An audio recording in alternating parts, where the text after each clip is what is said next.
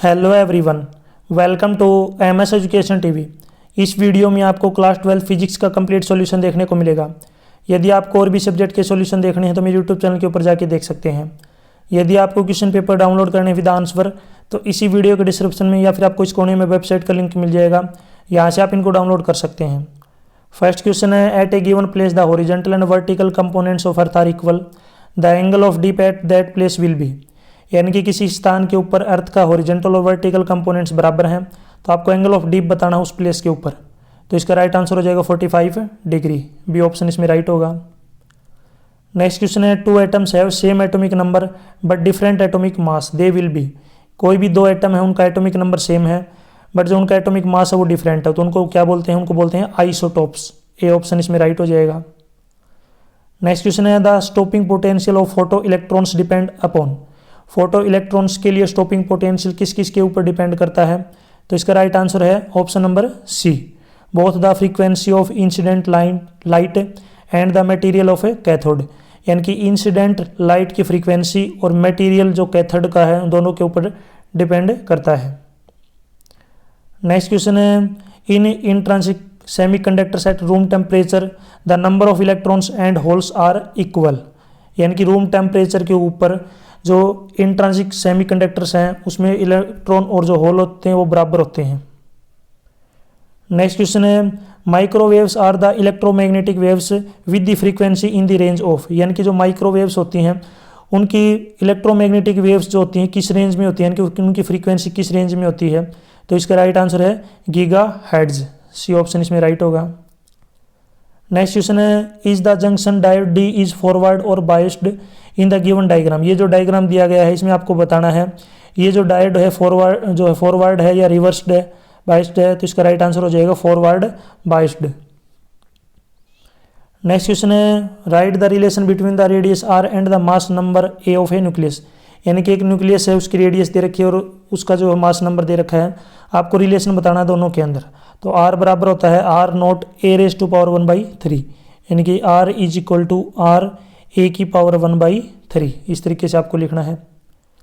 Next question है, if A is equal to 1 B is equal to 1 find the value of Y in the adjoining logic circuit. नीचे logic circuit दिया गया है, इसमें ए और B की वैल्यू दे रखी है, आपको वाई की निकालनी है। तो ये एंड गेट है, एंड गेट का जो है सिंबल है, तो इसमें होता है Y is equal to A dot B, यानी कि 1.1 इज इक्वल टू 1। तो इसका राइट आंसर 1 आएगा। नेक्स्ट क्वेश्चन है, the mass of an electron is m and has charge e if the electron is accelerated by a potential difference of v then write the formula for the de Broglie wavelength associated with it। तो यहाँ पे formula लिखना है जो de Broglie wavelength होती है, यहाँ पे इसको रिप्रेजेंट करते हैं लैम्डा से। आपको इस तरीके से लिखना है, lambda is equal to h upon में स्क्वायर रूट के अंदर 2m/e/v। ये आपको फॉर्मूला लिखना है, बाकी यहाँ पे दोनों तरीके से भी आप लिख सकते हैं, कोई दिक्कत नहीं है। नेक्स्ट क्वेश्चन है, are the Kirchhoff's rule applicable to both AC and DC. क्या जो क्रिचॉफ जो रूल है वो एसी और डीसी दोनों के ऊपर लागू होता है? तो इसका राइट आंसर है यस।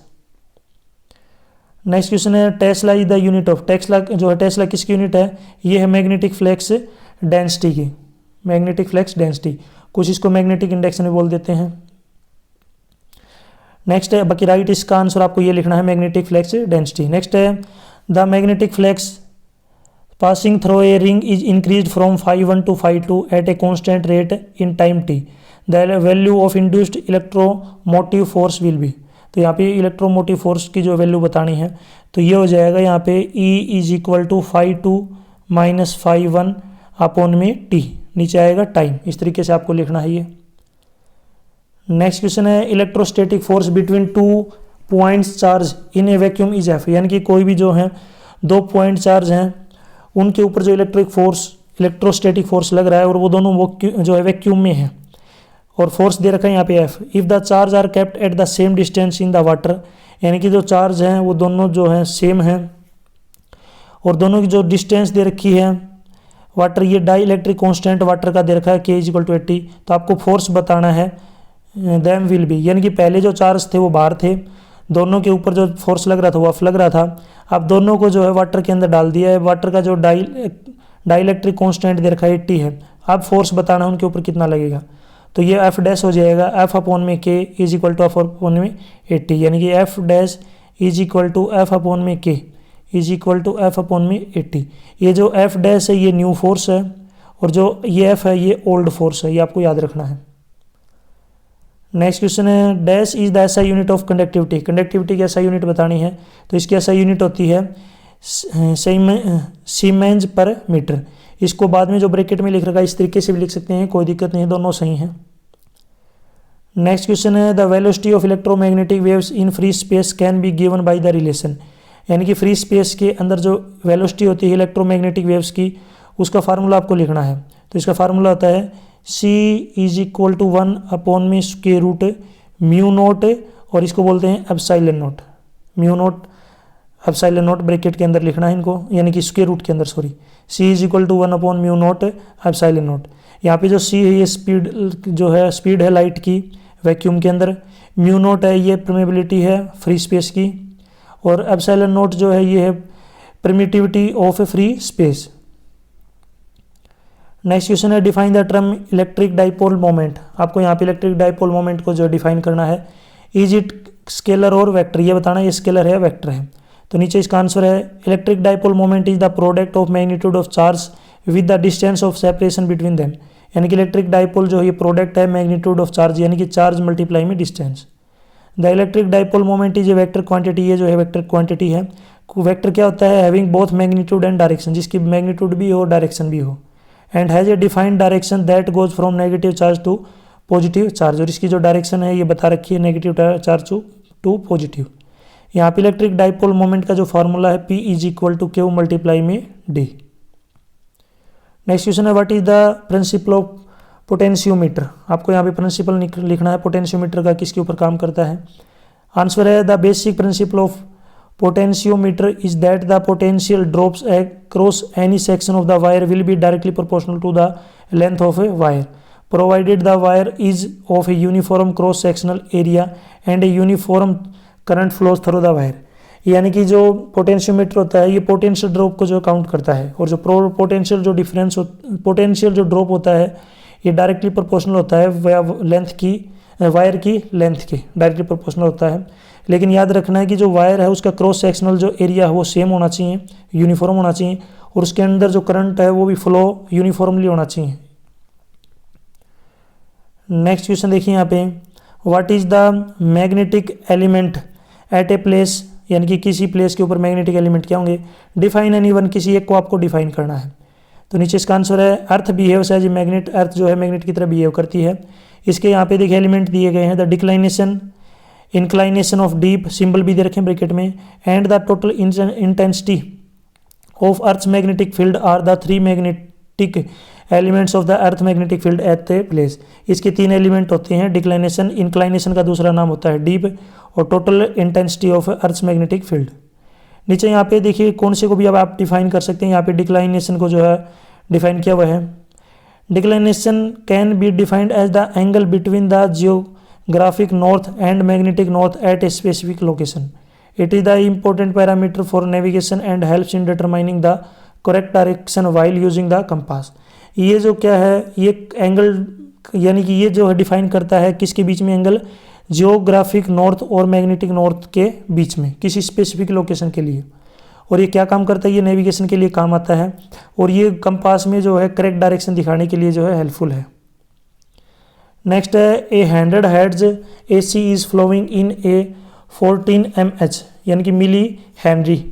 फाइंड इट्स रिएक्टेंस, यानी कि आपको इसका रिएक्टेंस बताना है। यहाँ पे फ्रीक्वेंसी भी दी गई है और जो कंडक्टेंस है ये भी दे रखी है, इंडक्टिव, यानी कि दोनों चीज़ दी हुई है यहाँ पे। तो यहाँ पे देखिए इंडक्टेंस बोलते हैं इसको। तो यहाँ पे हमें निकालना है क्या है, रिएक्टेंस। रिएक्टेंस के लिए यहाँ पे X यूज़ कर रखा, आप यहाँ पे XL भी यूज़ कर सकते हैं, जिसको बोलते हैं इंडक्टिव रिएक्टेंस। तो X यूज़ कर रखा है। यहाँ पे देखिए फॉर्मूला होता है 2πfL, जहाँ पे जो F है ये फ्रीक्वेंसी है हेड्स के अंदर, L जो है ये इंडक्टेंस है हेनरीज के अंदर। तो यहाँ पे फार्मूला देखिए, F अपने पास है 100 हेड्स, L अपने पास है 14 मिली हेनरी। मिली हेनरी को जब कन्वर्ट करेंगे हेनरी में तो 1000 से डिवाइड करेंगे, 3 डिजिट छोड़ के डेसिमल। अदरवाइज आपको इसको जो इस तरीके से भी लिख सकते हैं 14 × 10⁻³ दोनों सही हैं। यहाँ पे फार्मूला यूज़ करेंगे x is equal to 2 pi multiply 100 multiply में 0.014। पाई की जो वैल्यू होती है आपको पता है 22/7 होती है, मल्टीप्लाई में 100 मल्टीप्लाई में 0.014। जब सोल्व करेंगे तो यह आ जाएगा x is equal to 8.8 ohm, जिसको एक्सएल बोलते हैं यहाँ पे। नेक्स्ट क्वेश्चन है write any two uses each of the microwaves and gamma rays. Gamma rays और आपको माइक्रोवेव्स के 2 यूजेज बताने हैं। सबसे पहले बात कर लेते हैं यहाँ पे माइक्रोवेव्स के बारे में। Microwaves are used for satellite communication and in radar system for aircraft navigation.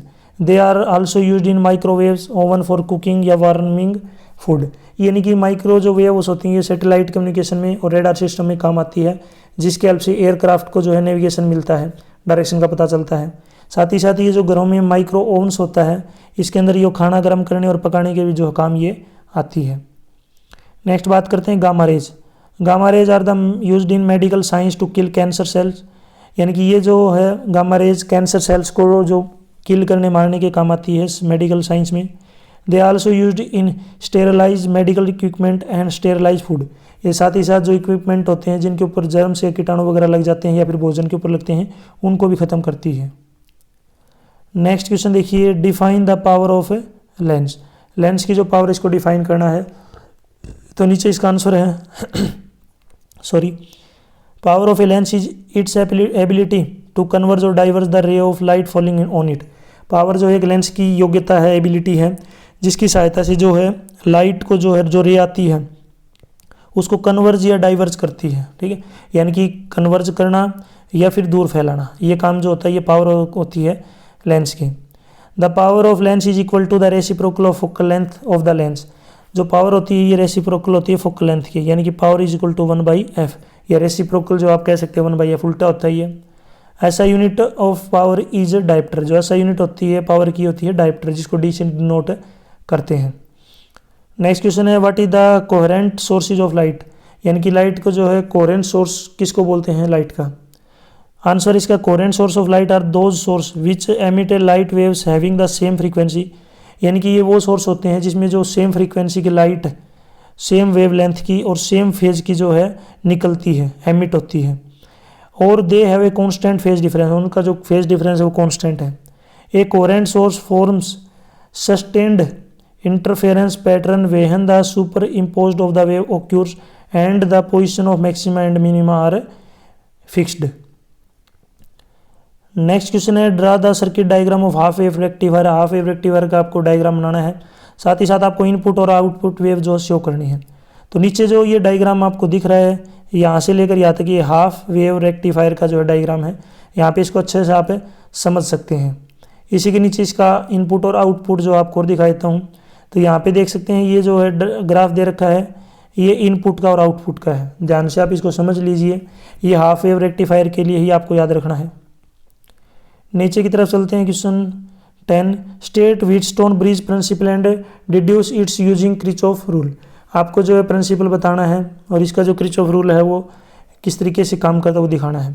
Answer it is work on the principle of null deflection which means the ratio of their resistance are equal and hence no current flow through the circuit. जो principle है Wheatstone bridge का, ये represent करता है no deflection, जो है no deflection को, और इसके अंदर जो रेशियो होगा रेजिस्टेंस का वो बराबर हो जाएगा, इसके अंदर से कोई भी करंट फ्लो नहीं होगा। Under normal condition the bridge will be unbalanced condition where current flow through the galvanometer. यानी कि नॉर्मल कंडीशन के अंदर जो ये ब्रिज जो है अनबैलेंस कंडीशन को शो करेगा जब इसके अंदर से करंट पास होगा गैल्वेनोमीटर में। The bridge will be balanced condition where no current flow that of through the galvanometer. ये तभी जो है बैलेंस काम कंडीशन में काम करेगा जब इसके अंदर से कोई भी करंट फ्लो नहीं होगा। ऑन वन में achieve this condition by adjusting the unknown resistance and variable resistance. ये जो कंडीशन है ये तभी अचीव की जा सकती है जब रेजिस्टेंस को, नॉन रेजिस्टेंस को और वेरिएबल रेजिस्टेंस को एडजस्ट किया जा सके। नेक्स्ट यहाँ पे देखिए the Wheatstone bridge principle states that ही 4 रेजिस्टेंस पी के वारस are arranged in the form of a bridge with a cell and key between A and C and a galvanometer between B and D, then the bridge is said to be balance when the galvanometer show a zero deflection. ठीक है, deflection बोल सकते हैं, deflection. यानी कि Wheatstone bridge जो है तभी बैलेंस में काम करेगा जब रेजिस्टेंस जो दिए गए हैं उनका रेशियो सेम होगा और उसके अंदर जो डिफ्लेक्शन होगा वो क्या होगा, 0 होगा। और बैलेंस जो कंडीशन होती है उसके लिए IG 0 होता है। नीचे यहाँ पे दे रखा है VB आपो इज इक्वल टू VD, यानी कि VD और VB जो है बराबर होंगे।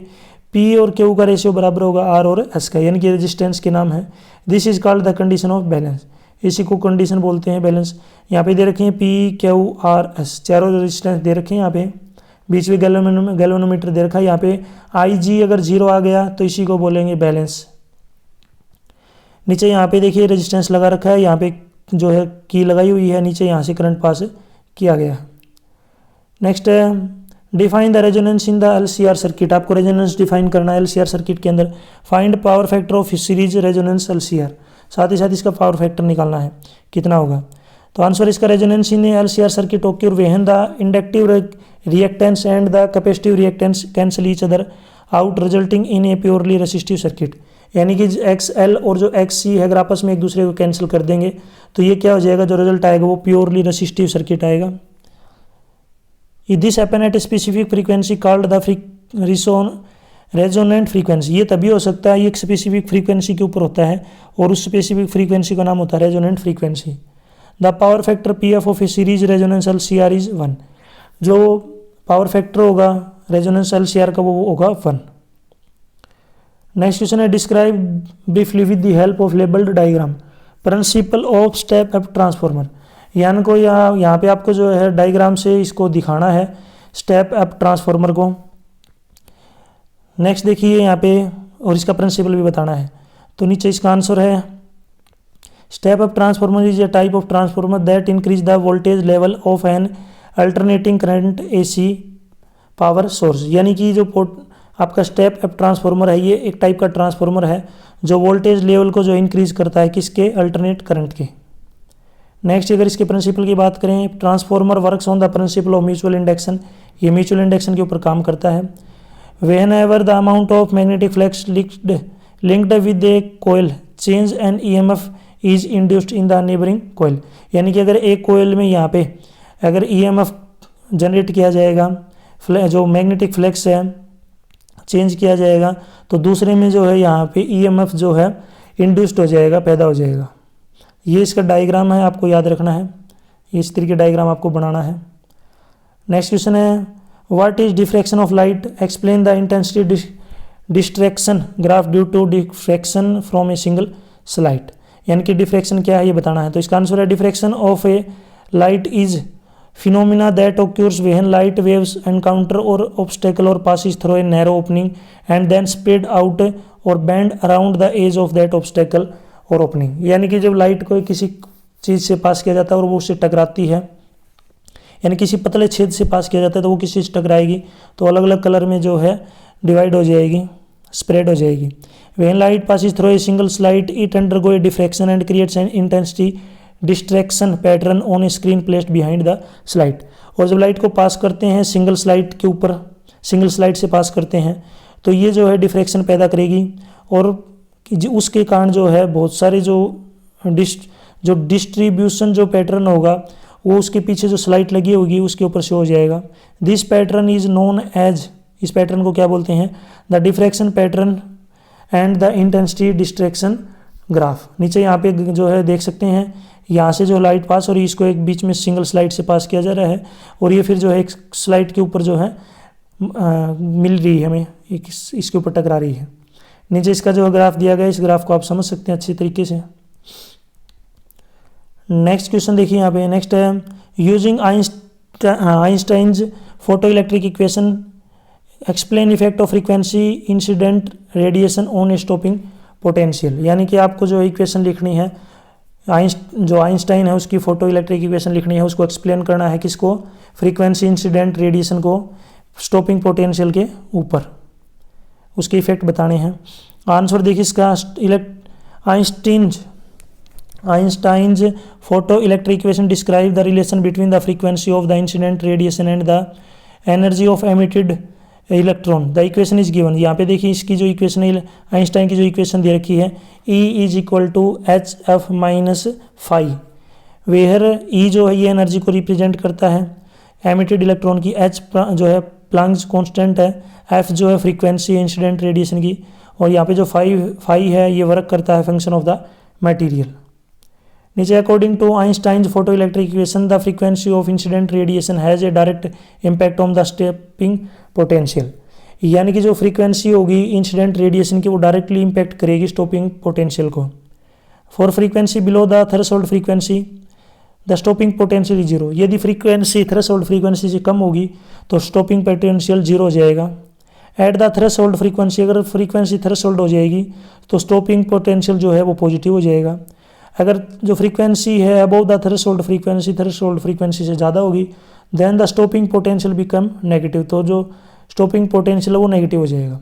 And the magnitude increase with increase frequency, और मैग्नीट्यूड जो है फ्रीक्वेंसी इंक्रीज करने के साथ साथ इंक्रीज हो जाता है। नेक्स्ट क्वेश्चन है define mass defect and nuclear binding energy, आपको मास डिफेक्ट और न्यूक्लियर बाइंडिंग एनर्जी को एक्सप्लेन करना है। For a nucleus x right the value of mass defect and nuclear binding energy, explain करने के बाद जो है कोई एक न्यूक्लियस एक्स उसकी आपको वैल्यू बतानी है मास डिफेक्ट की और न्यूक्लियर बाइंडिंग एनर्जी की। तो इसका नीचे इसका आंसर है, सबसे पहले बात कर लेते हैं मास डिफेक्ट के बारे में। Mass defect refers to the difference in a mass between the nucleus and the sum of the masses of its individual nucleus, यानी कि ये जो है रेफर करता है किसको, डिफरेंस को, मास डिफरेंस को रिप्रेजेंट करता है किस किस के बीच, न्यूक्लियस का और जो बाकी जो इंडिविजुअल जो न्यूक्लियन बच गया उनके बीच के जो मास के डिफरेंस को यहाँ पे रेफर करता है। It arrives due to the conversion of some masses into the energy according to the Einstein's mass energy equivalence principle during the formation of the nucleus, क्योंकि जब न्यूक्लियस बनता है तो वहाँ पे जो कुछ एनर्जी है वो कन्वर्ज हो जाती है, इस वजह से जो है उनके बीच में डिफरेंस आ जाता है। नेक्स्ट यहाँ पे बात करते हैं न्यूक्लियर बाइंडिंग एनर्जी के बारे में। Nuclear binding energy the energy required to disassemble a nucleus into a individual nucleons, यानी कि ये जो है न्यूक्लियस को एक इंडिविजुअल न्यूक्लियन में जो है डिसेबल कर देती है। It is the energy bound within the nucleus due to the strong nuclear force, ये जो एनर्जी है ये बाउंड हो जाती है न्यूक्लियस की किसके कारण, जो है स्ट्रॉन्ग न्यूक्लियर फोर्स के कारण। विच holds the protons and neutrons together, जो प्रोटॉन और न्यूट्रॉन को जो है होल्ड करता है, बांध के रखता है। नेक्स्ट है for a nucleus X the value of mass defect delta M can be obtained by subtracting the mass of nucleus from the sum of the masses of its individual nucleons. नीचे यहाँ पे देखिए, यहाँ पे mass defect का जो formula दिया गया है कि मास डिफेक्ट डेल्टा एम बराबर होता है किसके, is equal to mass of nucleon minus में मास ऑफ न्यूक्लियस। साथ ही यदि यहाँ पे बात करें न्यूक्लियर बाइंडिंग एनर्जी बीई के बारे में, तो इसका फार्मूला हो जाएगा BE is equal to delta M C square, जहाँ पे जो सी है ये स्पीड ऑफ लाइट है। नेक्स्ट क्वेश्चन देखिए, नेक्स्ट है यहाँ पे define the term half life period को और डीके कांस्टेंट को यहाँ पे आपको एक्सप्लेन करना है किसके अंदर, रेडियो एक्टिव एलिमेंट के अंदर। साथ ही साथ उनके बीच में क्या रिलेशन है आपको लिखना है। तो इसका आंसर है, सबसे पहले बात कर लेते हैं half life period. The half life period of an element is defined as the time in which the number of radio active nuclei decay to half of its initial value, यानी कि half life period उसको बोलते हैं जब कोई element होता है उसके जो नंबर ऑफ रेडियो एक्टिव जो न्यूक्लियाई होते हैं वो पहले वाली जो वैल्यू होती है उसका आधे हो जाते हैं, उसी को बोलते हैं हाफ लाइफ पीरियड। नेक्स्ट यहाँ पे बात करें डीके कांस्टेंट क्या होता है। The decay constant of radio active element is defined at the reciprocal of the time in which the number of undecayed nuclei of the radioactive element falling to 1/e times of its initial time। Next अगर हम relation की बात करें तो यह होता है T half is equal to natural log, इसको एल को मतलब बोलते हैं नेचुरल लॉग 2 में लैम्डा, यानी कि T half is equal to natural log किसका 2 का अपॉन में लैम्डा, या फिर इसको लिख सकते हैं 0.693 अपॉन में लैम्डा, यानी कि वेवलेंथ। नेक्स्ट क्वेश्चन है व्हाट इज डोपिंग, डोपिंग क्या है। State two difference between N type and P type, आपको एन टाइप और पी टाइप के बीच दो डिफरेंस बताने हैं। सबसे पहले बात कर लेते हैं डोपिंग क्या है। Doping is the process of intentionally adding impurity to semiconductor material to alter its electrical property, यानी कि डोपिंग एक प्रॉपर्टी है एक प्रोसेस है जिसके अंदर जो इम्प्योरिटी सेमीकंडक्टर मटेरियल के अंदर ऐड की जाती हैं, जिससे इसकी जो इलेक्ट्रिक प्रॉपर्टी है वो चेंज हो जाती है। नेक्स्ट अगर हम इनके डिफरेंस की बात करें तो इनके बीच में दो डिफरेंस पूछे हैं इसने। तो यहाँ पे सबसे पहला जो डिफरेंस है ये देखिए, N type semiconductor involves adding impurity such as phosphorus and arsenic. N type जो सेमी कंडक्टर होता है इसके अंदर इम्प्योरिटी डाली जाती है फॉस्फोरस और arsenic. Which have extra electrons, इसके अंदर जो एक्स्ट्रा इलेक्ट्रॉन होते हैं।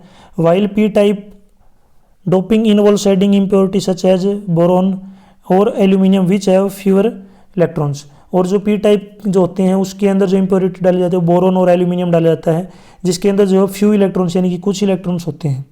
यानी कि ऊपर वाले में जो है एन टाइप वाले में तो एक्स्ट्रा इलेक्ट्रॉन होते हैं और पी टाइप वाले में कम इलेक्ट्रॉन, फ्यू इलेक्ट्रॉन, कुछ इलेक्ट्रॉन्स होते हैं। सेकंड पॉइंट की बात करें यहाँ पे, in N type semiconductor N type doping the extra electrons from the impurity become majority charge carrier. N type जो डोपिंग होती है इसके अंदर जो एक्स्ट्रा इलेक्ट्रॉन होते हैं जो इम्प्योरिटी से आए हैं वो मेजर जो है चार्ज कैरियर है, मेजर चार्ज जो है कैरियर है। जबकि पी टाइप जो है डोपिंग है उसके अंदर जो होल्स होते हैं वो मेजर चार्ज जो है कैरियर होते हैं इम्प्योरिटी के। नेक्स्ट क्वेश्चन है व्हाट इज कैपेसिटर। कैपेसिटर क्या है?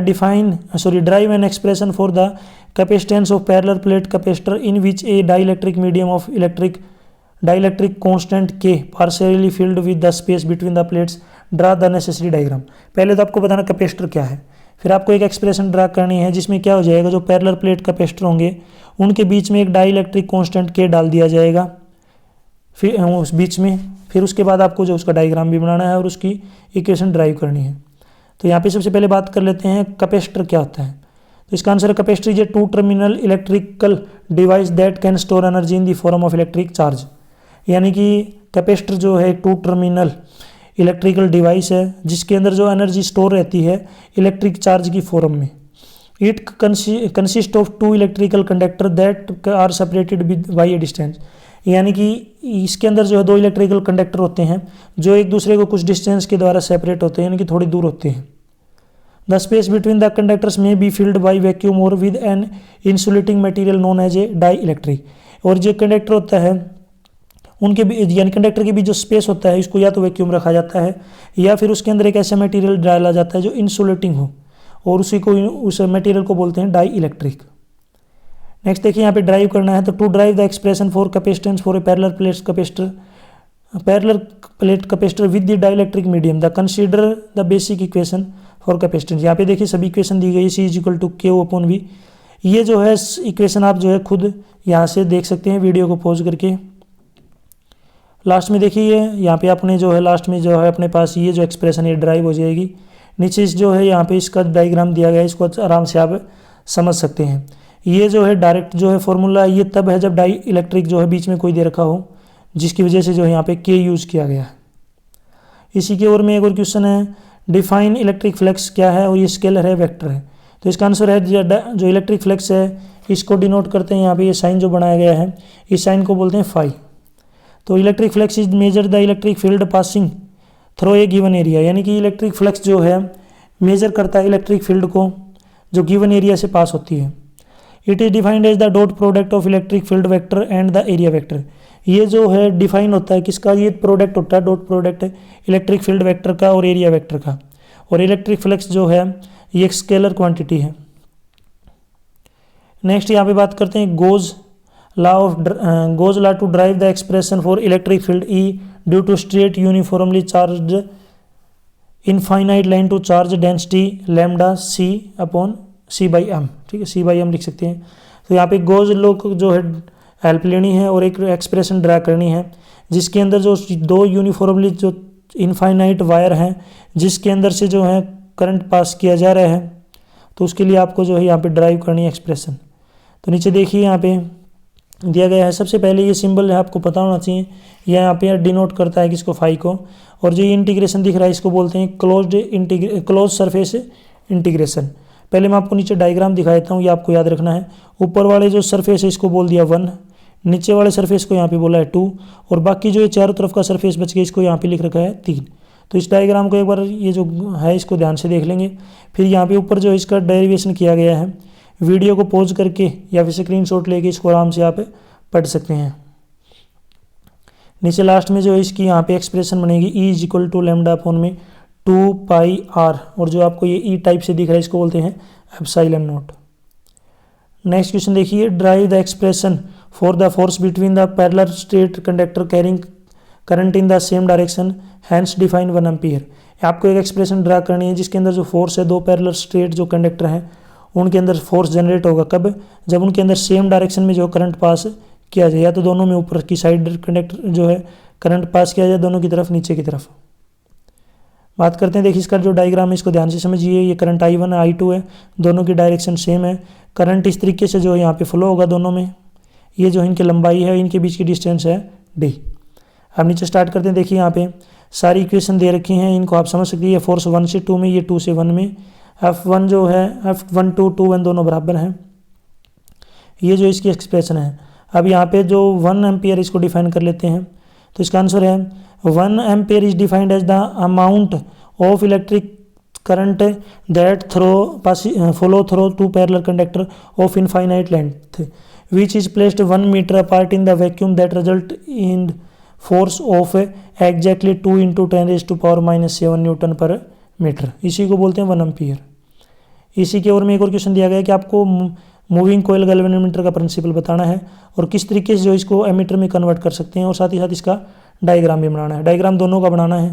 पहले जो मूविंग कोयल गैल्वेनोमीटर है इसको ध्यान से इसका देख लीजिए, इसको वीडियो को पॉज करके या फिर स्क्रीनशॉट लेके। इसकी प्रिंसिपल की बात कर लेते हैं। देखिए, a moving coil galvanometer is an instrument which is use to measure electric current. ये एक जो इंस्ट्रूमेंट है जो इलेक्ट्रिक करंट को जो है मेजर करता है। It is sensitive electromagnetic device which can measure low currents even of order of few micro ampere. ये बिल्कुल थोड़े से थोड़े लिटल से लिटल जो करंट है उसको भी जो है डिटेक्ट कर लेता है, चाहे वो करंट माइक्रो एम्पियर में हो। नेक्स्ट यहाँ पे बात करते हैं प्रिंसिपल के बारे में, किस प्रिंसिपल पे कार्य करता है। When a current flows through the coil the torque act on it. जब इसके अंदर से करंट पास किया जाता है तो वहाँ पे टॉर्क जो जनरेट होता है। The magnetic torque tends to rotate the coil, ये जो है कोयल को रोटेट कर देता है। Spring provides a counter torque that balance the magnetic torque resulting in steady angular deflection. और वहाँ पे उसकी एक स्प्रिंग लगा होता है जो बैलेंस करता है मैग्नेटिक टॉर्क को और उसको जो है स्टेडी एंगुलर जो है डिफ्लेक्शन देता है। किस तरीके से जो इसको कन्वर्ट करेंगे, यहाँ पे देखिए, कन्वर्ट गैल्वेनोमीटर टू एम्पियर। तो नीचे है galvanometer is converted into ampere bye connecting A small resistance, यानी इसको एम्पियर में कन्वर्ट कर सकते हैं यदि इसके साथ जो है स्मॉल रेजिस्टेंस जोड़ा जाए। और उस स्मॉल रेजिस्टेंस का जो नाम होता है ये होता है सेंट, SH20 सेंट। इन ए पैरेलल विद इन, और ये पैरेलल में होना चाहिए। ये जो है सेंट यहाँ पे आपको दिख रहा है, स्मॉल रेजिस्टेंस ये नीचे यहाँ पे जोड़ दिया गया है, ये आपको दिख रहा होगा इस तरीके से। ये आपको याद रखना है। आपको वोल्टेज के लिए वोल्टमीटर के लिए पूछा जा सकता है। नेक्स्ट है state Huygens principle and prove the law of reflection on the basis of the wave theory. आपको जो सबसे पहले प्रिंसिपल बताना है ह्यूजेंस प्रिंसिपल क्या है, और जो लॉ ऑफ रिफ्लेक्शन जो है वेव थ्योरी के बेसिस पे आपको प्रूव करना है। इसका नीचे आंसर देखिए, according to Huygens principle each point on the wave front in the source of a secondary disturbance and the wavelets emanating from these points spread out in all direction with the speed of the wave। नीचे यहाँ पे देखिए इसका जो graph है, ये जो diagram है ये बनाया गया है। इस डायग्राम को आप ध्यान से समझ सकते हैं किस तरीके से बनाया गया है। नीचे यहाँ पे जो इसकी कंस्ट्रक्शन किस तरीके से प्रूव किया गया है, वीडियो को पॉज करके या फिर स्क्रीनशॉट लेके आप इसको खुद अच्छे से समझ सकते हैं। लास्ट में आपको यहाँ पे दिखाया गया कि एंगल आई जो एंगल आर के बराबर होता है। नेक्स्ट इसी की ओर में है, draw the labelled ray diagram to show the formation of the image in a compound microscope. आपको जो है यहाँ पे कंपाउंड जो माइक्रोस्कोप है उसके अंदर इमेज जो फॉर्मेशन वो दिखानी है, साथ ही साथ जो मैग्नीफाइंग पावर है वो भी प्रूव करनी है और इसकी एक्सप्रेशन भी लिखनी है। तो यहाँ पे नीचे जो है देख सकते हैं ये माइक्रो जो है जो यहाँ पे ये कौन सा जो है, ये है कंपाउंड माइक्रोस्कोप, ये आपको याद रखना है। यहाँ से जो है अपने पास इमेज जो है यहाँ पे ऑब्जेक्ट रखा हुआ अपना, इमेज जो बनेगी ये नीचे की तरफ आप देख सकते हैं, नीचे इमेज बनी हुई है। ये कंप्लीट इसका जो है यहाँ पे ड्राइव किया गया, इसको ध्यान से। लास्ट में अगर इसके फार्मूले की बात करें तो ये बनेगा m = 12/f0 × d/f(e)। लास्ट में यहाँ पे बात करते हैं मैग्नीफाइंग पावर क्या होती है। तो magnifying power of a compound microscope is defined as the ratio of the angle subtended at the eye by the final image to the angle subtended at the eye by the object when the both image and the object are situated at the least distance of distinct vision from the eye. Least distance vision का मतलब होता है 25 centimetre, इसी को बोलते हैं जो standard distance होती है। यहाँ तक वीडियो अपनी कंप्लीट हो चुकी है। वीडियो अच्छी लगी तो उसको लाइक करें, अपने दोस्तों के साथ जरूर शेयर करें। साथ ही साथ जो है मुझे आप एक जो है बताएंगे जो स्पीड ऑफ लाइट है, स्पीड ऑफ लाइट आपको जो है कमेंट में बतानी है। और ये जो स्पीड ऑफ लाइट है ये आपको बतानी है वैक्यूम के अंदर, यानी कि वैक्यूम के अंदर जो लाइट की स्पीड होती है वो क्या होती है, ज़रूर कमेंट में बताएंगे। नॉर्मल सा क्वेश्चन है, अगर आपने वीडियो को ध्यान से देखा होगा तो वीडियो के स्टार्टिंग में भी जो है ये क्वेश्चन आया था। यदि आपको क्वेश्चन पेपर डाउनलोड करने हैं विद आंसर तो इसी वीडियो के डिस्क्रिप्शन में या फिर आपको इस कोने में वेबसाइट का लिंक मिल जाएगा, वहाँ से आप डाउनलोड कर सकते हैं। यदि आपको और भी सब्जेक्ट के सोल्ड क्वेश्चन पेपर की वीडियो देखनी है तो आप मेरे यूट्यूब चैनल के ऊपर जाके देख सकते हैं। वीडियो अगर अच्छी लगी तो इसको लाइक ज़रूर करें और एक अच्छा सा कमेंट करें। और किसी और टॉपिक पर वीडियो चाहिए तो उसके लिए भी आप मुझे जो कमेंट कर सकते हैं। यदि आप मुझे फेसबुक, इंस्टाग्राम और टेलीग्राम पे फॉलो करना चाहते हैं तो उसके लिए भी आपको इसी वीडियो के डिस्क्रिप्शन में आपको लिंक मिल जाएंगे, वहाँ से आप मुझे डायरेक्ट फॉलो कर सकते हैं। Thanks for watching.